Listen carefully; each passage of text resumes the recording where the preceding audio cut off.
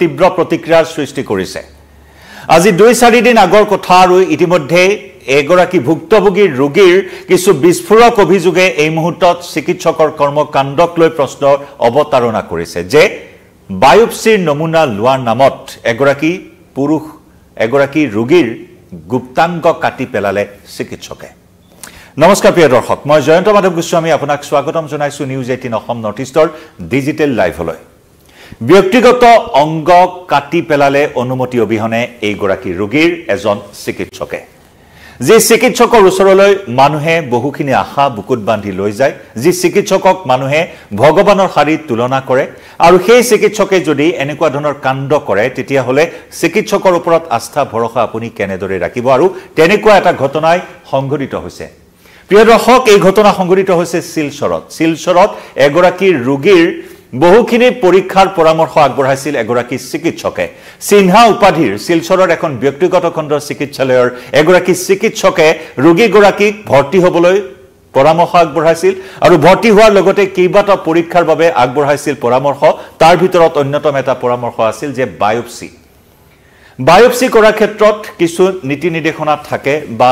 চিকিৎসা বিজ্ঞানৰ যি নীতি নিয়ম তাৰ অধীনত বায়োপসি কৰা হয় বায়োপসিৰ বাবে যেটো স্থানত বায়োপসি কৰে তাৰ পৰা হয়তো কিছু অংশ লৈ যোৱা হয় কিন্তু সেই বায়োপসিৰ নমুনা সংগ্ৰহ কৰাৰ নামত যে গুপ্তাংগই কাটি পেলাব তাকো অনুমতি অবিহনে এগৰাকী ৰোগীৰ এয়া কেনেকুৱা ধৰণৰ কথা আৰু এই কথাক লৈ এই মুহূৰ্তত এইগৰাকী চিকিৎসক বিতৰ্কৰ মাজত সোমাই পৰিছে এইগৰাকী চিকিৎসকৰ বিৰুদ্ধে ন্যায় বিচাৰি ভুক্তভোগী ৰোগীগৰাকী বৰ্তমান কাক চাপিছে আৰক্ষীৰ আমি জনাইছো ৰোগীগৰাকী এখন ব্যক্তিগত চিকিৎসালয়ত ভৰ্তি হৈছিল মণিপুৰৰ এগৰাকী ৰোগী মণিপুৰৰ এই ৰোগীগৰাকীয়ে শিলচৰলৈ আহিছিল উন্নত চিকিৎসা গ্ৰহণ কৰিবৰ বাবে আৰু উন্নত চিকিৎসা গ্ৰহণ কৰিবলৈ আহি সেই ব্যক্তিগত খণ্ডৰ চিকিৎসালয়খনত তেওঁ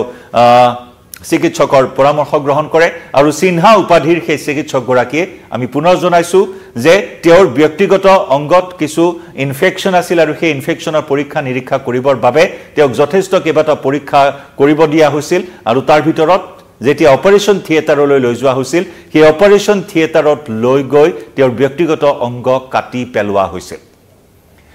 যেতিয়াই ড্ৰেছিং খোলা হ'ল অস্ত্ৰোপচাৰৰ পিছত ড্ৰেছিং খোলাৰ পিছত তেওঁ অবাক হৈ পৰিল তেওঁ হতভম্ব হৈ পৰিল আৰু এই সমগ্ৰ ঘটনাৰ বিষয়ে অৱগত হৈ তেওঁ উছপ খাই উঠিল আৰু তাৰ পিছতে তেওঁ এক প্ৰকাৰ হাহাকাৰ লাগিল তেওঁৰ মাজত তেওঁৰ আত্মীয়ৰ মাজত আৰু লগে লগে চিকিৎসকগৰাকীৰ তেওঁ কাক চাপিবলৈ চেষ্টা কৰিলে যদিও চিকিৎসালয় কৰ্তৃপক্ষই কিন্তু চিকিৎসকগৰাকীক আনকি সাক্ষাৎ কৰিবলৈ নিদিলে এই ভুক্তভোগী ৰোগীগৰাকীক এয়া কেনেকুৱা ধৰণৰ চিকিৎসা সেৱা হকে বিহকে ব্যক্তিগত খণ্ডৰ বহু চিকিৎসালয় স্থাপন হৈছে হেয়া ভাল কথা যে উচিত সময়ত মানুহে উচিত চিকিৎসা সেৱা লাভ কৰিব যিমানে চিকিৎসক হ'ব বা যিমানে চিকিৎসালয় হ'ব সিমানে ৰোগীৰ বাবে ভাল কথা কাৰণ চিকিৎসা বিজ্ঞানৰ যথেষ্টখিনি উন্নতি হৈছে দ্ৰুত উন্নয়ন হৈছে চিকিৎসা বিজ্ঞানে বহুখিনি জটিল ৰোগ এতিয়া নিৰাময় কৰাৰ ক্ষেত্ৰতো বহুখিনি ফলপ্ৰসূ লাভ কৰিবলৈ সক্ষম হৈছে তাৰ পিছতো যদি চিকিৎসকৰ কাক চাপে কোনো ৰোগীয়ে আৰু সেই ৰোগীৰ জীৱনক লৈ হেতালি খেলা হয় তেতিয়া হলে সেই চিকিৎসকক আপুনি কি বুলি ক'ব আৰু এনেকুৱাই এক ঘটনা শিলচৰত সংঘটিত হৈছে মণিপুৰৰ পৰা ৰোগীগৰাকী উন্নত চিকিৎসাৰ বাবে শিলচৰৰ এই ব্যক্তিগত খণ্ডৰ চিকিৎসালয়খনত উপস্থিত হৈছিল আৰু তাৰ পিছতে সিনহা উপাধিৰ সেই চিকিৎসকগৰাকীয়ে তেওঁৰ স্বাস্থ্য পৰীক্ষা কৰে আৰু স্বাস্থ্য পৰীক্ষা কৰিবৰ বাবে বা উপযুক্ত ডায়াগনচিছৰ বাবে তেওঁ কেইবাটা পৰীক্ষা দিয়া হয় আৰু সেই পৰীক্ষা কেইটা কৰাৰ বাবে তেওঁ সন্মতি প্ৰদান কৰে আৰু সেই মৰ্মে ৰোগীজনক বায়োপসিৰ নমুনা সংগ্ৰহ কৰিবৰ বাবে অপাৰেচন থিয়েটাৰলৈ লৈ যোৱা হয় কিন্তু সন্মতি অবিহনে ডাক্তৰ সিনহা উপাধিৰ চিকিৎসকগৰাকীয়ে অস্ত্ৰোপচাৰ কৰি ব্যক্তিগত অংগ আঁতৰাই পেলোৱাৰ এই গুৰুতৰ অভিযোগক কেন্দ্ৰ কৰি তীব্ৰ প্ৰতিক্ৰিয়া অব্যাহত আছে ৰোগীগৰাকীয়ে কয় যে অপাৰেচনৰ পিছত তেওঁৰ ড্ৰেছিং আঁতৰোৱাৰ পিছতহে কি হৈছিল সেই কথা তেওঁ উপলব্ধি কৰিবলৈ সক্ষম হৈছিল উপলব্ধি কৰিয়ে তাৰ পিছত লগে লগে তেওঁ ডক্টৰ সিনহাক লগ কৰিবলৈ তেওঁ চেষ্টা চলালে কিন্তু বায়োপসিৰ বাবে যে নমুনা এটা ল'ব লাগিছিল সেই নমুনা লোৱাৰ পৰিৱৰ্তে ড্ৰেছিং আঁতৰাই তেতিয়া তেওঁ গম পালে তেওঁ উপলব্ধি কৰিলে আৰু তাকে দেখি তেওঁ স্তম্ভিত হৈ পৰিলে সেই কথাই এই মুহূৰ্তত বাৰুকৈ ভবাই তুলিছে ৰোগীগৰাকীক আৰু সমান্তৰালকৈ অন্যান্য ৰোগীসকলকো ভবাই তুলিছে যে উন্নত চিকিৎসা লাভৰ বাবে মানুহে সৰহসংখ্যক সময়তে দেখিবলৈ পোৱা যায় চৰকাৰী খণ্ডৰ চিকিৎসালয়ৰ পৰিৱৰ্তে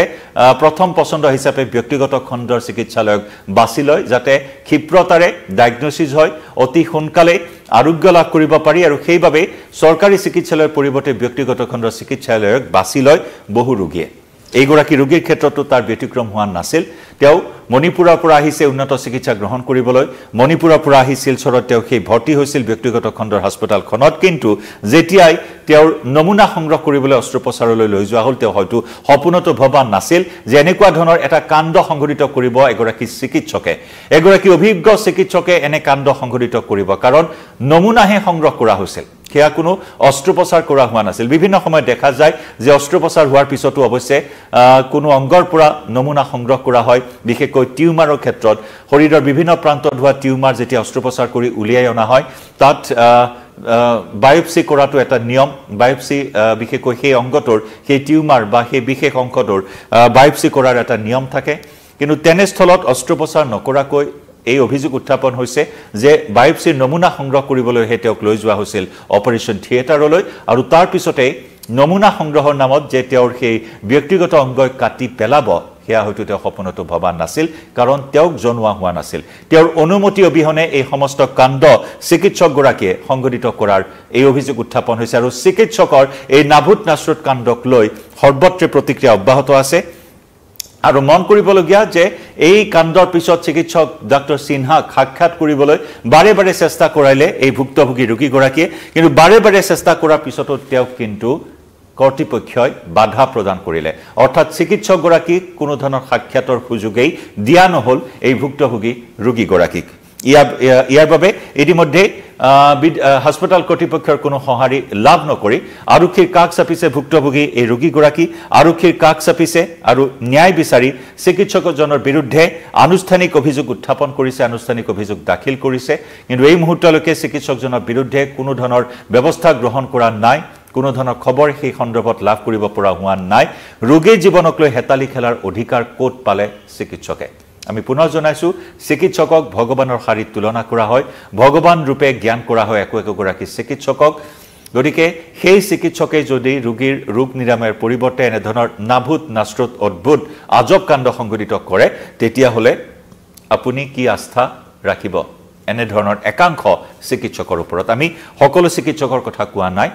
একাংশ চিকিৎসকে এনেদৰে চিকিৎসা ব্যৱস্থাটোকে কলংকিত কৰি আহিছে নিজৰ মুনাফা লাভৰ স্বাৰ্থত ৰোগীৰ জীৱনৰ সৈতে হেতালি খেলি অহা এই চিকিৎসকসকলৰ বিৰুদ্ধে কি ব্যৱস্থা গ্ৰহণ কৰা হয় অনাগত সময়ত সেয়া নিশ্চিতভাৱে হ'ব লক্ষণীয় কিভাৱে এনেকুৱা ধৰণৰ এটা বিতৰ্কিত বিষয়ক লৈ আপোনাৰ মতামত আগবঢ়াব পাৰে কমেন্ট সেকশনত এই মুহূৰ্তত লাইভৰ পৰা বিদায় লৈছো নমস্কাৰ